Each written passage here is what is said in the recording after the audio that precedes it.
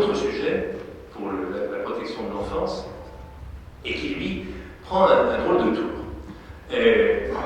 Pour l'instant, c'est numériquement extrêmement limité, mais je voudrais dénoncer, je dis bien dénoncer, j'essaie d'employer rarement des grands mots, une attitude proprement scandaleuse de l'État via les préfets. Proprement scandaleuse. L'État, depuis quelques semaines, prétend désormais que des femmes en situation d'urgence, n'ayant pas de logement, qui relèvent, d'après la loi de l'État, parce que ces situations-là sont une compétence attribuée par la loi de l'État, dès lors qu'il y a des enfants, doivent être pris en charge par le département. Et on a une espèce de tentative d'intimidation de l'administration préfectorale pour nous dire c'est notre responsabilité. Alors, ce qui me choque le plus, c'est que l'administration, le gouvernement, je ne sais pas d'où qui vient l'instruction, prend appui sur des arrêts du Conseil d'État qui portent sur la situation de femmes, en effet, généralement étrangères, toujours en situation irrégulière, accompagnées d'enfants, et où il y a eu des contentieux pour savoir qui devait s'en occuper. C'est une jurisprudence relativement complète, parce que le sujet n'est pas simple, il y a plusieurs textes applicables, et une diversité de situations. Devant les affirmations du préfet, j'ai regardé moi-même, les services les ont regardés évidemment, les arrêts en question, les conclusions du rapporteur public pour nous faire une idée personnelle de la situation. Je dis que les propos préfectoraux sont totalement mensongers. Alors c'est gênant en soi. D'après la Constitution, le préfet est chargé d'assurer le respect des lois dans son département. Mais quand le préfet affirme des choses délibérément fausses, s'agissant de l'interprétation des lois par la haute juridiction française du Conseil d'État, ça devient gênant. Et il s'agit de personnes. C'est pas un sujet abstrait. Et donc nous avons la situation depuis quelques jours, les services de l'État refusent de s'occuper des femmes à la rue dès lors qu'elles sont accompagnées d'enfants. Alors, dans l'absolu, s'occuper des gens qui sont dans le besoin, ce serait confié au département par la loi plutôt qu'à l'État. On a l'habitude de s'occuper de tous les cas difficiles, c'est notre vocation. Mais quand la loi, quand les décisions du juge disent de manière explicite que l'intervention du département est supplétive quand il y a des enfants, oui, nous avons le devoir, nous, de nous occuper des enfants qui seraient menacés, qui sont placés en situation de danger, et nous le faisons, et on ne refusera jamais de le faire. Mais que l'État abdique totalement sa responsabilité en matière d'hébergement d'urgence, en étant simplement aux abonnés absents dès lors qu'il y a des enfants, je trouve que c'est, je reprends le terme, c'est absolument scandaleux. Scandaleux. Et je le dis devant vous, ça ne restera pas là. Parce que ça n'est tout simplement pas possible. D'autant que si nous sommes, nous, compétents pour nous occuper de la mère et de l'enfant, quand les enfants sont très jeunes, moins de 3 ans, femmes enceintes, nous avons le centre départemental de l'enfance, nous avons la maison de Josselin, où un certain nombre de femmes sont accueillies.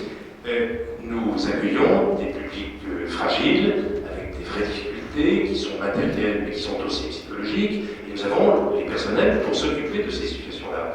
Mais nous ne sommes pas équipés du tout pour nous occuper de l'hébergement d'urgence. D'abord parce que ce n'est pas notre compétence de par la loi, et donc nous ne sommes pas outillés pour cela, mais au surplus, nous n'avons pas les moyens de l'État pour dégager des logements. Qui peut, sur le parc HLM, imposer de loger telle personne? Eh bien, le préfet, qui a un contingent préfectoral, et sur lequel il peut en effet loger une famille, une femme avec des enfants, qui serait par définition à la rue. Nous, on n'a pas ce moyen-là. Et donc la seule chose qu'on a pu faire dans l'urgence, dans un cas qui vient de se présenter, c'est payer un hôtel pour une semaine, chose que l'État faisait jusqu'à présent. Mais manifestement, non seulement c'est choquant parce qu'on ne respecte pas la loi, mais c'est choquant parce que la collectivité qui a la possibilité de faire cette accueil d'urgence, c'est l'État, et c'est pas nous. Nous ne sommes pas équipés pour le faire. Alors, on peut dire, pourquoi est-ce que l'État fait cela? Alors, c'est une question centaines de millions d'euros, parce que au total, l'accueil j'ai principalement des étrangers en situation irrégulière, ça coûte très cher, les logements à l'hôtel. Mais c'est pire que cela. Je dis bien c'est pire que cela, c'est pas seulement de l'argent. C'est la même chose que pour les mineurs étrangers isolés. C'est une manière de fermer les yeux sur le fait que des gens sont en situation irrégulière et qu'on ne veut pas s'occuper de leur cas. Parce que l'État a la responsabilité de s'occuper de l'hébergement, mais, je reviens au point précédent, il a aussi la responsabilité d'appliquer le droit des étrangers. Et les confier au département, dire c'est pas nous, c'est le département, c'est une manière, là encore, de se fermer les yeux et de ne pas traiter des cas qui relèvent du droit des étrangers. En d'autres termes, et ce qui est terrible, c'est que ce comportement de l'administration française, il est connu, et l'information se répand comme une traînée de poudre dans les pays concernés. C'est assez simple. Les femmes viennent éventuellement avec un enfant, en tout cas en moins sur le sol français, c'est encore mieux, puisque l'enfant de ce fait est français. Et elles, eh bien, elles vont bénéficier de la non-application de la loi et rester pendant 5 ans, où on retombe sur les circulaires Valls avec une régularisation automatique. Alors, je le dis là, encore une fois, ne vous me méprenez pas sur mes intentions.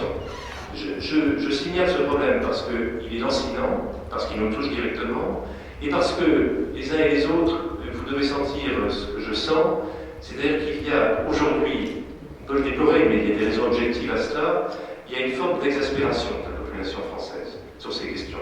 Une forme d'exaspération.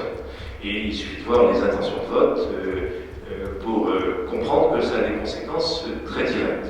Il suffit de voir aussi l'évolution d'un certain nombre de partis. L'extrême gauche, qui était très ouverte à l'accueil des étrangers, quelle que soit leur situation il y a quelques années, est aujourd'hui en train de prôner une politique de fermeture. Pourquoi? Parce qu'il y a aujourd'hui, je reprends le mot, une véritable exaspération qui peut avoir des conséquences extrêmement lourdes. Alors, autant, je trouve que dans un pays organisé et civilisé comme le nôtre, il faut des services publics de tous ordres qui soient ouverts à toutes les situations. Autant, quand l'État refuse d'exercer ses responsabilités et essaye de se défausser sur le département pour évacuer les problèmes, eh bien, je me permets de tirer le signal d'alarme parce que c'est un État déliquescent dont le spectacle n'est pas agréable à voir.